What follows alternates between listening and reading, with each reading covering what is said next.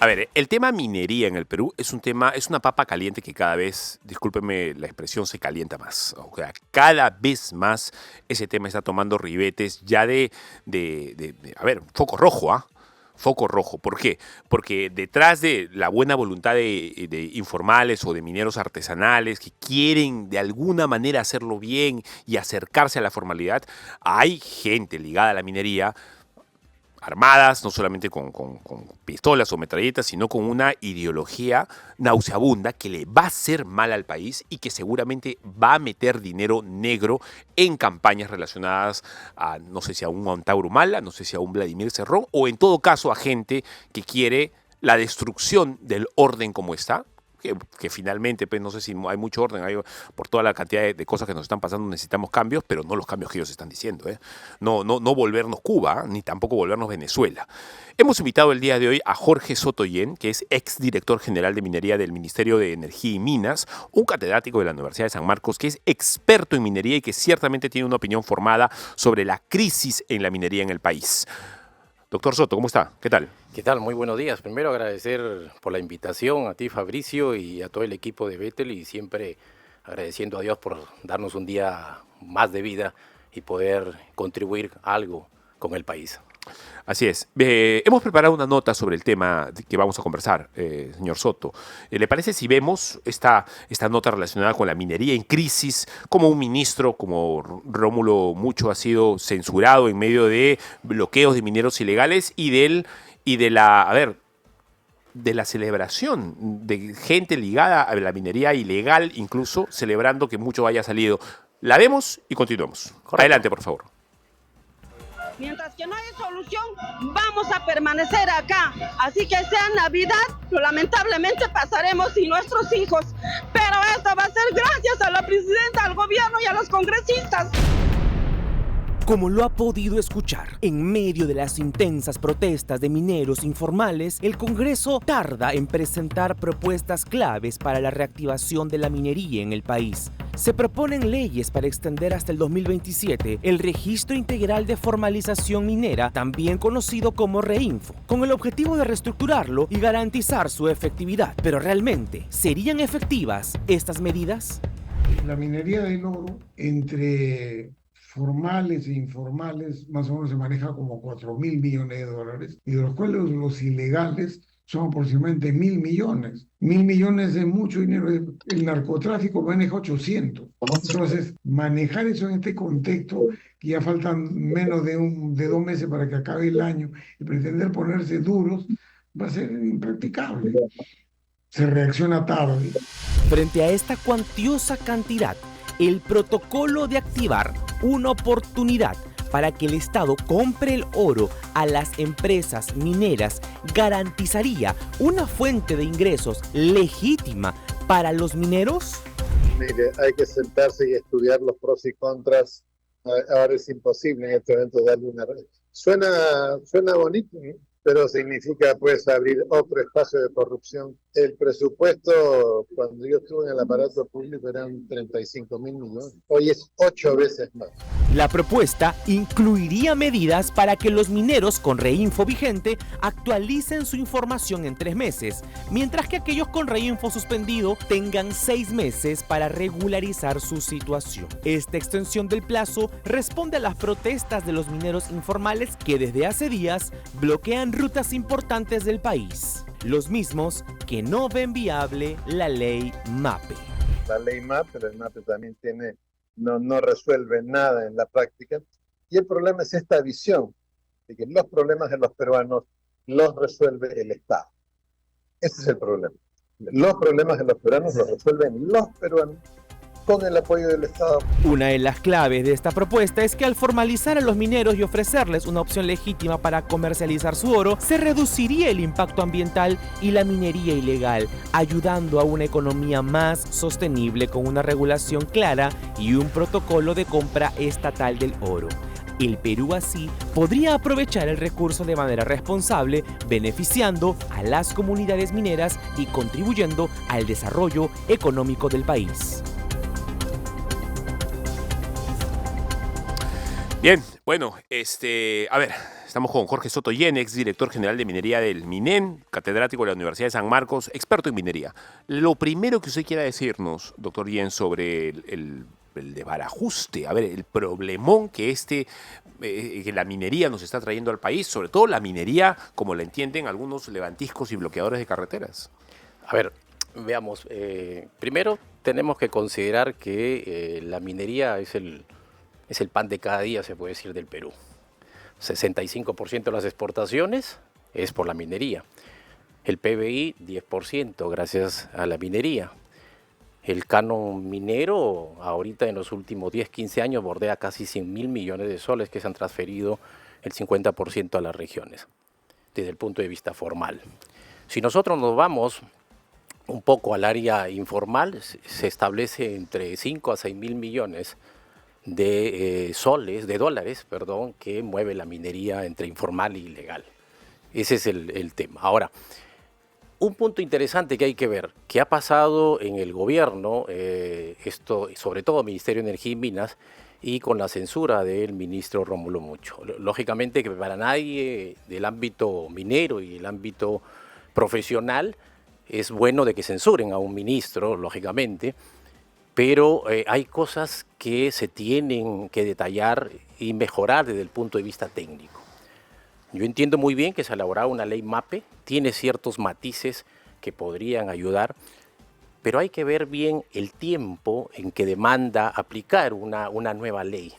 El tiempo de 6 meses quizás es un poco, muy poco tiempo, digamos, porque luego hay que reglamentar esa ley, seguramente se va a dar entre 6 meses, etcétera, pero si en los últimos 2 años no se ha podido elaborar una ley de 2021 que se dio y que tenía que entregarse en este 2024 y ponerse a disposición tanto del Ejecutivo y luego del Legislativo, pues veamos que ha pasado 2 años y se ha presentado prácticamente en los últimos días esta ley MAPE. Pero esta ley MAPE hay que entender que estaba definida desde el punto de vista de una minería artesanal y una pequeña minería.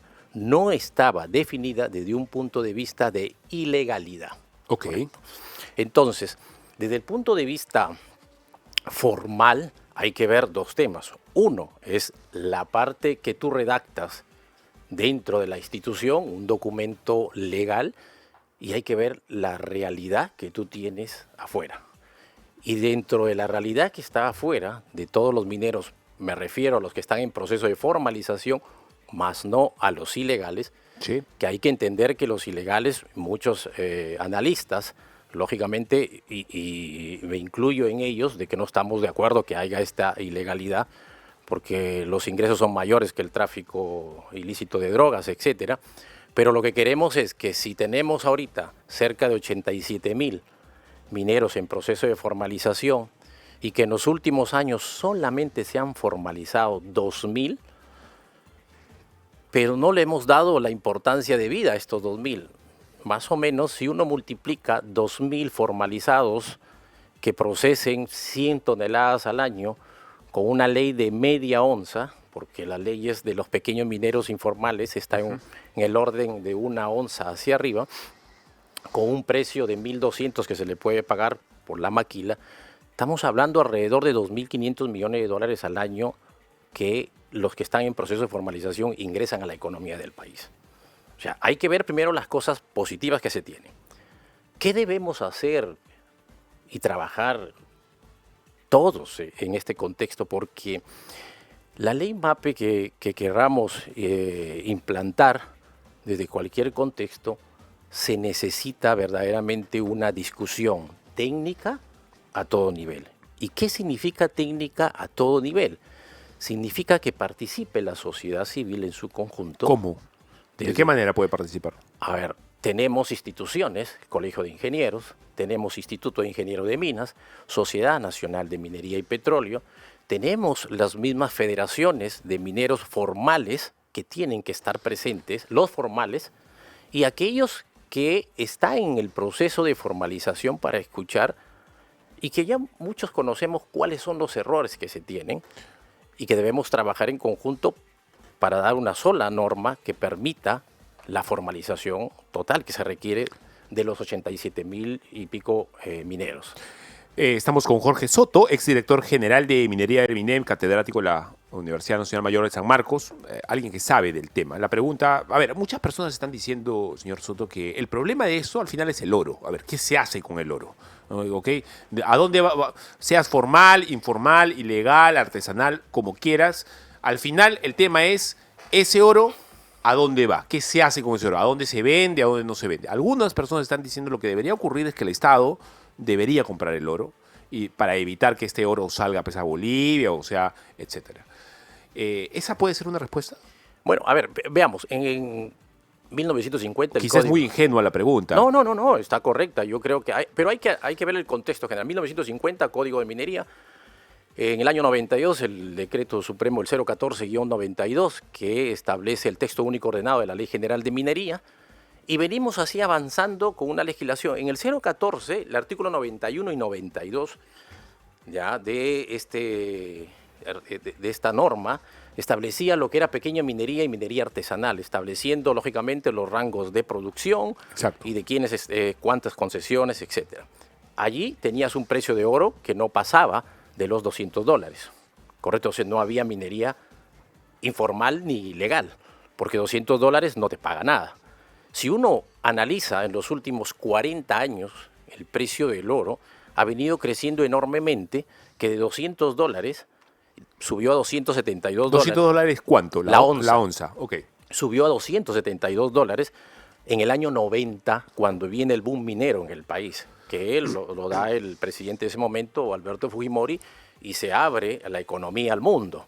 ¿Correcto? Entonces, el precio del oro de $272 en los siguientes años se va a cerca de $492. Más del 200%, más del 100%. Más del 100%. Entonces, ya teníamos una visión de que este precio del oro, si creció casi el 100%, ¿qué te depara en los siguientes años?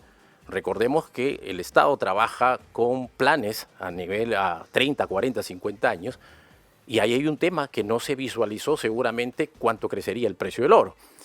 Si nosotros nos vamos del año 2000 hacia adelante, el precio de $400 a $500 pasó a ser cerca de $700, $792 para ser exacto en los siguientes años, promedio. Y de ahí hemos tenido 1.500 y ahorita estamos con 2.000 y pico. Entonces, ¿qué significa tener un precio de oro de esa naturaleza?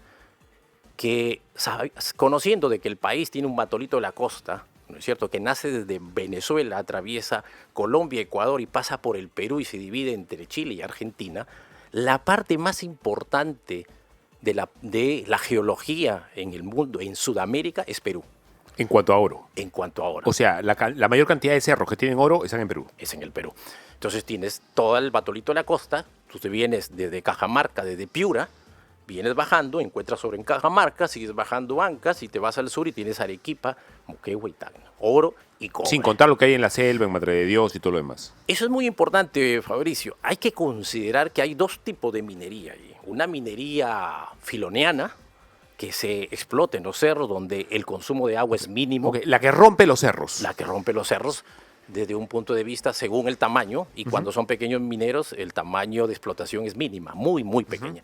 Respecto a una minería aluvial, que es en la selva, que nadie está de acuerdo, ni siquiera, creo, cualquiera de las entidades. ¿Por qué no? Por el uso del mercurio.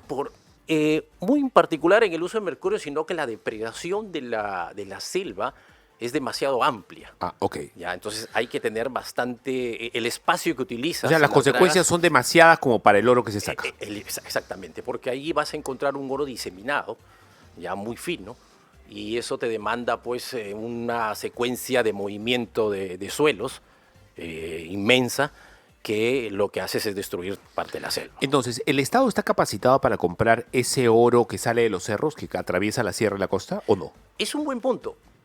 Yo pienso de un análisis... Porque con 800 y pico de dólares la onza es un montón de plata, ¿no? No, ahorita estamos $2.300 la onza. Imagínese usted. Y mira, si analizamos nosotros... Subió el 1000% de lo que era en el 90. Mira, 2.300. Y en el año 90 tu inversión de cualquier compañía bordeaba los 300 a 600 millones, caso de Pierina, caso de Yanacocha, 600 millones de dólares, ¿no es cierto? Y seguimos en algunas operaciones, ya no ellas, algunas han paralizado, pero 2.300 es una barbaridad. Sí, claro, entonces, obviamente. Lógicamente paga cualquier costo. Entonces, un minero que antes sacaba 1 onza, 2 onzas de oro, ¿no es cierto? Estamos hablando de los años 80, tenías que sacar 2 o 3 onzas porque estaba a $200 la onza para poder pagar esa producción. Ahora no necesitas. ¿Por qué? Porque simplemente tienes un precio de 2.500 y la ley que puedas encontrar de oro ya no va a ser de 2 onzas, vas a encontrar una ley de 0.3 onzas, 0.4, estamos hablando 12 gramos, 6 a 12 gramos. Entonces, cualquier mineral que esté entre 0,1 y 0,4 onzas, o sea, desde 3 gramos hasta 12 gramos, con un precio de 2.300 paga, ¿correcto? O sea, ¿quién no se va a ir a explotar al cerro? Entonces, tenemos que ver el contexto. A mi criterio, si uno analiza los últimos 40 años, linealmente ha crecido exponencialmente el precio del oro. ¿Qué nos depara el año 2050? El crecimiento va a seguir. El oro está pronosticado $3.000 la onza el próximo año. Eso quiere decir que las políticas mineras que vamos o se quiere establecer tienen que ser políticas mineras al año 2050. China trabaja 100 años para hacer una política de Estado. Nosotros trabajamos 20, 25 años. 25 años es el corto plazo para China, para aquellos países que planifican. Tenemos que dar una mirada diferente a una minería de esta naturaleza. La norma que tú puedas sacar hoy, en 5 años no te va a ayudar. ¿Me quiere decir usted que la política del Estado, si es que vaya a comprar el oro o no, o lo que vaya a ocurrir con eso, tiene que estar pensado en leyes que funcionen para cuando ya no estemos nosotros? Es decir, para la generación siguiente. Totalmente de acuerdo. O sea, esa es la perspectiva que tiene que tener el gobernante. Así es. En los análisis que hacemos nosotros... ¿Y eso está ocurriendo? Claro. Mira, por ejemplo, te doy el precio del cobre. Cuando todas las operaciones mineras que vinieron en el boom minero del año 90, estábamos hablando de un precio del cobre en la tonelada alrededor de $7.500 la tonelada, más o menos $3, 3.25 la libra. Ajá. Estamos en $9.500 la tonelada. Y la proyección del cobre, con todo lo que hemos pasado del COVID, todo lo que estamos hablando de la transición energética, se está proyectando el precio del cobre entre $10.000 a $11.000 la libra en los próximos años. Entonces, estamos mirando que no solamente vas a tener una minería de oro en los próximos 10 años explotando, con mineros que están en proceso de formalización y por ahí que se incrustan los ilegales, con mineros que van a comenzar a explotar el cobre. Y no estamos viendo eso. Por eso la política, desde una perspectiva de la universidad, que trabajamos con un equipo, unos alumnos y unos profesores, lo que buscamos es que hay que hacer algo bueno, que sea de aquí al año 2050. Y yo siempre estoy diciendo en las entrevistas que tengo, es momento de sentarnos todos. Hay pros y hay contras. Hay que ver lo positivo y lo negativo de la minería. Veamos algo interesante que ha pasado en los últimos años en la legislación. Por favor. Mira, en el gobierno de PPK se dieron un decreto ley, el 1351, si no me equivoco, que aquí lo tengo, sí, el 1351 de 2017. ¿No es cierto? Y si uno revisa la norma, había un artículo, el 307A. ¿Qué establecía este artículo? Que te daba la facilidad, ¿no es cierto?, puntual desde el punto de vista ilegal, correcto, fíjense ustedes, que se aplicaba una pena privativa desde el punto de vista de ilegalidad. Perfecto, eso está muy bien. Pero además se da una norma complementaria que permite más bien a todos los ilegales poder negociar el mineral de oro. Manteniéndose en la ilegalidad. ¿Y qué decía esa norma? ¿Cómo era el fraseo de la ley? O sea, mira, la ley, el artículo 307 establecía lo siguiente: realiza actividades mineras sin autorización, cualquier minero va a ser reprimido con pena privativa de libertad de 4 a 5 a 8 años. No menor de 4 ni mayor de 8 años, ¿correcto? Ok, si tú eras efectiva, ilegal, entonces efectiva. Es prisión efectiva. Okay. Pero en esa misma norma sale una disposición complementaria que dice lo siguiente: quien no logra la autorización final de inicio o reinicio de operaciones mineras por culpa inexcusable o negligencia del funcionario, el agente de los delitos de minería ilegal que se inserte en el reinfo, plazo establecido, no podrá ser fiscalizado. O sea, es bien, o sea, por un lado te dicen no y por otro lado te dicen sí. Correcto. Entonces, yo entiendo que... Es que eso solamente pasa en el Perú. O sea, de verdad.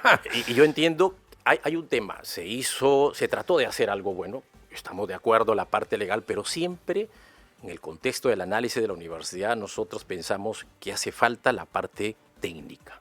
Una cosa es determinar la parte legal, yo soy ingeniero y soy bachiller en Derecho, ya, pero si no conozco la parte técnica, ¿cómo voy a determinar disposiciones complementarias que no van a ayudar en el proceso de formalización?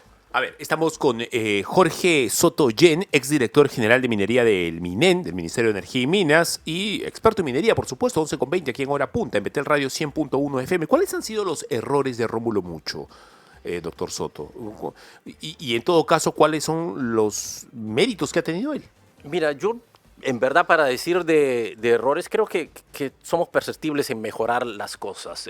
No he estado más, solamente estuve 4 meses. Pero desde su perspectiva, digamos desde afuera, ¿qué cosa es lo que usted ha visto? Desde afuera lo que puedo decir es que, por ejemplo, un tema importante es cuando llegue un ministro al Ministerio de Energía y Minas, me parece a mí, de mi punto de vista, de análisis, son 2 cosas. Uno, cómo manejas tu casa, cómo la ordenas tu casa y cómo vas a ordenar los que está afuera, ¿correcto? Entonces, para poder ordenar los que está afuera, necesitas un buen equipo de trabajo, ¿correcto? Yo creo que ha faltado, no solamente por parte de él, sino que también las propias instituciones levanten la mano y digan, yo dispongo de personal especializado para contribuir al Ministerio de Energía y Minas y al ministro con profesionales de alta calidad que permitan hacer mejor las normas desde un punto de vista técnico y desde un punto de vista legal. Creo yo que ese es uno de los puntos que todos debemos mirar a la hora de entrar a algún ministerio, y eso ayudaría más. Por eso digo, no solamente es del ministro, sino las instituciones. Acordémonos que el Ministerio de Energía y Minas trabaja o tiene relación directa e indirecta con parte de la sociedad civil. Se tiene que reunir con la Sociedad Nacional de Minería y Petróleo, se tiene que reunir con los pequeños mineros, porque se hace, ¿correcto? Entonces, el aporte de las instituciones, Colegio de Ingenieros, Instituto de Ingenieros de Minas del Perú, la Sociedad Minera, la Sociedad de Ingenieros del Perú, tiene la Sociedad Geológica Minera, ¿correcto? Tienes las propias direcciones regionales de energía y minas, que todos deberían sentarse y decirle al señor ministro o a quien esté, esto es nuestro aporte, eso es lo que nos falta al resto de los peruanos. Llega algún ministro, que sea o no sea de nuestro agrado, y no queremos aportar. Es una falencia, creo que los peruanos, ya es momento, digo yo, que tengamos otra mirada, todos, para aportar a cualquiera que llegue al ministerio y dar las mejores políticas, las mejores ideas que solucionen los problemas del país. Es interesante lo que usted está diciendo, señor Soto. En todo caso, esto me lleva a una segunda pregunta. ¿Cuáles son entonces los retos de quien va a suceder a Rómulo Mucho? ¿A qué se va a enfrentar? ¿Cómo lo va a solucionar? Yo veo ahí hay grandes desafíos que tiene que tener quien llegue a ocupar el cargo del ministerio. Como digo, primero, debe tener un equipo de profesionales de altísimo nivel, ¿correcto? En cada dirección, porque acordémonos que el Ministerio de Energía y Minas tiene 3 subministerios: el Viceministerio de Minas, Hidrocarburos, Electricidad, y cada viceministerio tiene una dirección, la Dirección General de Minería para el caso de minería, y la Dirección de Hidrocarburos, etc. Y cada una de ellas tiene sus subdivisiones.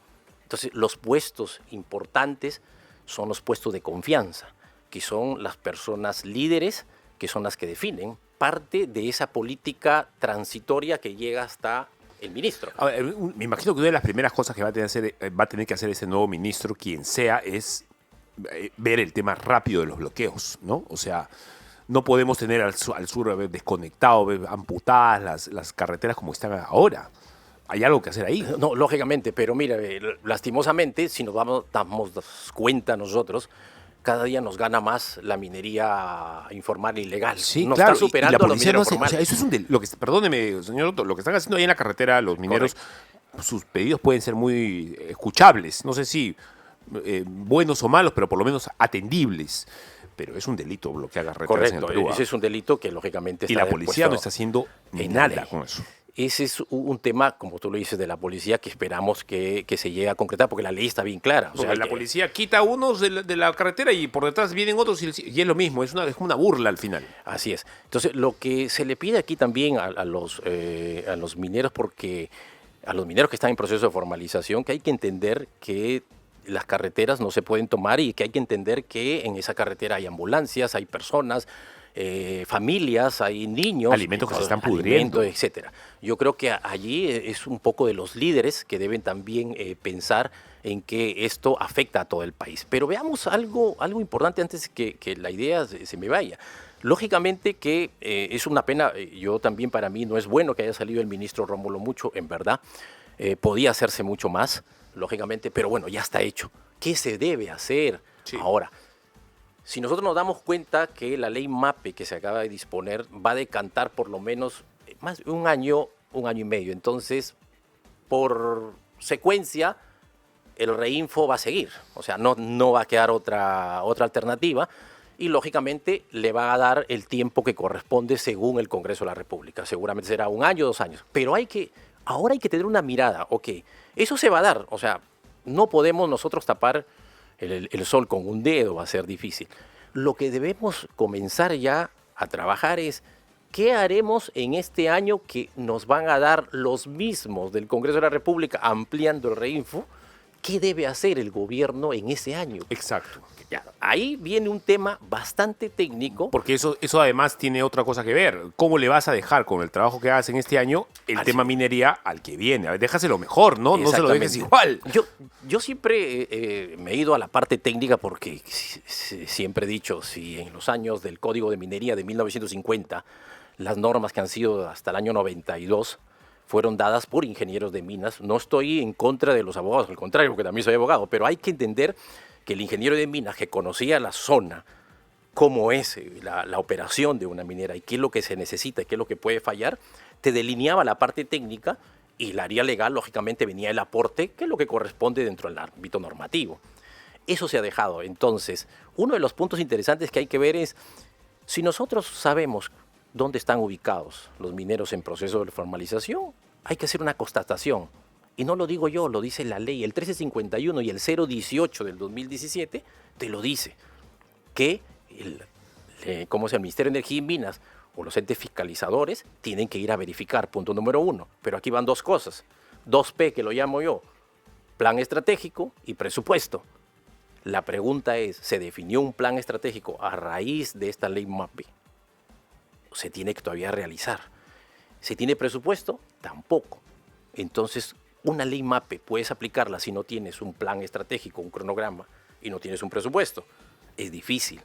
Entonces, hay que manejar eso. El segundo punto que yo quiero incidir importante son las concesiones mineras. En las concesiones mineras, muchos de los mineros que están en proceso de formalización, y no lo digo yo, lo dicen todos los que se conocen muy bien en el ámbito minero, dicen que no les quieren dar el contrato de concesión minera.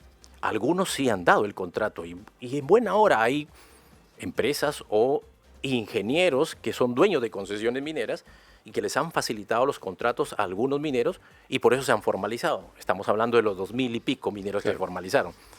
Pero quedan miles sin formalizarse. Entonces, ¿cuál es el problema de ellos que manifiestan? Es que el dueño de la concesión no me quiere dar el contrato.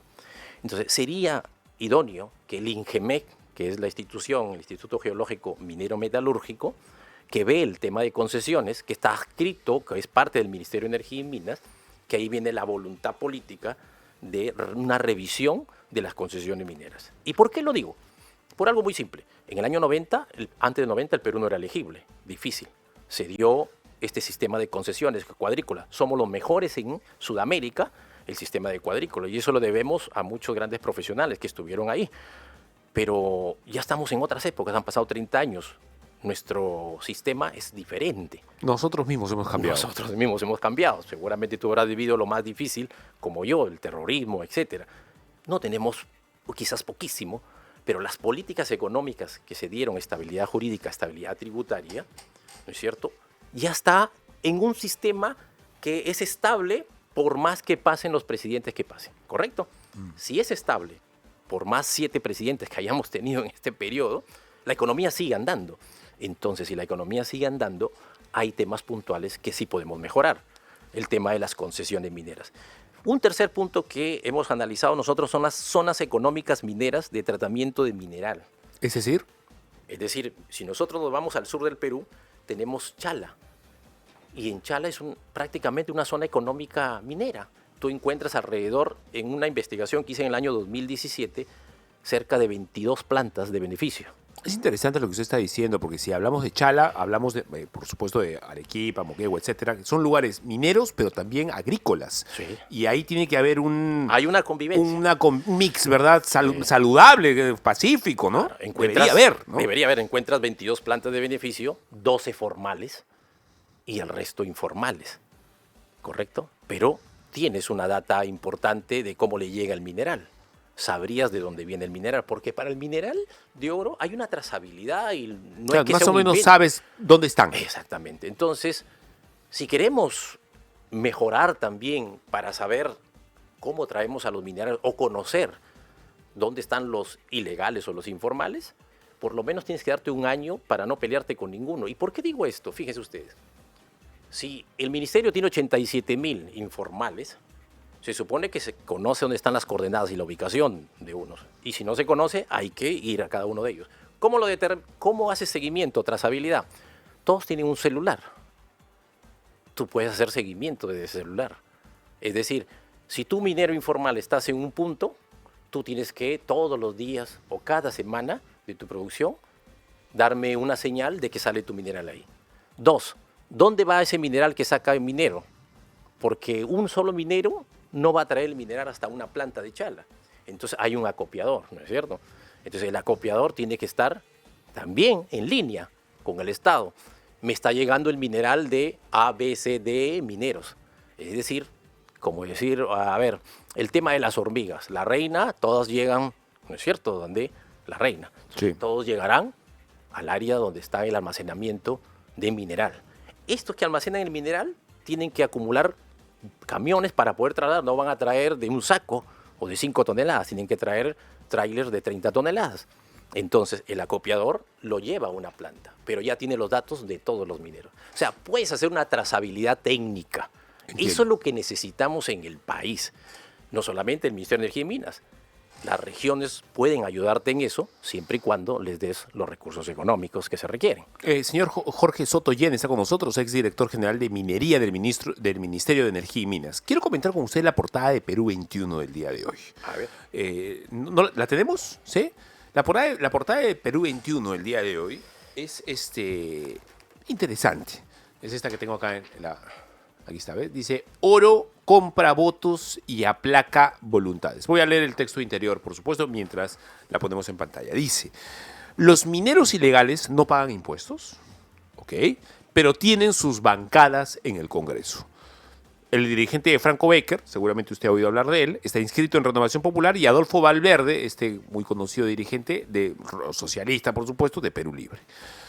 El cabecilla de Confemín, en un video celebratorio grabado hace poquito, anteayer, 26 de noviembre, dice, finalmente, compañeros, se ha logrado en el Congreso censurar al ministro Mucho, que ha sido pieza clave de la Sociedad Nacional de Minería. A ver, están ganando la batalla, ¿no? La izquierda radical, o en todo caso la minería informal, no sé si es lo mismo, está ganando la batalla, parece. Es que estamos dejando que nos ganen la batalla, que es diferente. Porque si no tomamos acción, digo yo, desde todo contexto, lógicamente que te van a dejar ganar la batalla. En una guerra, como dice como este filósofo, creo, de la guerra en China, no recuerdo el nombre, tienes que tener estrategias para poder lograr los objetivos del bien común. ¿No es cierto? No podemos dejar que nos ganen aquellos que solamente quieren algo para sí mismo. Porque el Estado como tal, Poder Ejecutivo, es dar de sí antes de pensar en sí. ¿Qué significa esta frase de Rotary International? Dar de sí antes de pensar así es hacer las cosas para beneficio de todos, no para beneficio de uno. ¿Correcto? Eso es lo contrario que tienen algunos congresistas que tú has manifestado, ¿correcto? Y que el manejo, porque entendamos que un Congreso de la República está por bancadas, entonces puede tener del lado izquierdo, del lado derecho, centro derecha, etcétera, pero ¿dónde está el resto de las bancadas, digo yo? Bien, Jorge, ha sido más que instructivo tenerte con nosotros. Espero que no sea la última vez. No quisiera seguir hablando de estos temas, que me gustaría tenerte para otras cuestiones un poco más felices, pero si el tema sigue, por supuesto, volveremos a invitarte. Muchísimas gracias, y hay temas más felices también, cómo crece la minería, cómo crecen las inversiones, hay temas positivos, y también importante en algún momento lo de las Me gustaría hablar universidades. contigo un día de minerales raros y cuál es la perspectiva del Perú hacia futuro de eso, porque sé que en el sur peruano hay cosas raras en el Perú, minerales raros como los que se usan para los celulares o para la inteligencia artificial, para los chips. Exactamente. Bueno, no solamente eso, acuérdate que el Perú, durante los años que hemos venido explotando, ¿no es cierto?, tenemos depósitos de relaves, o sea, los residuos, que contienen lo que tú acabas de mencionar, tierras raras, minerales importantes, que los Que necesitan. cada vez más, el cobalto, por ejemplo, no sé si hay cobalto en el Perú. Cobalto sí hay. Eso es importantísimo Mira, para los solamente celulares, te ¿eh? digo que hay ahorita en el mundo, algunas empresas han puesto el ojo en el Perú y quieren comprar todos los pasivos ambientales mineros. ¿Qué te digo con eso? Eso Que va a hay estar mucho, bueno. Suena bien. mineral. Entonces, Vamos a hablar de eso en el conversaremos futuro. algún momento de eso. Claro que sí. Jorge Soto Llena ha estado con nosotros. Muchas gracias, Jorge. Un Dios te gusto. bendiga. Igualmente, hasta luego.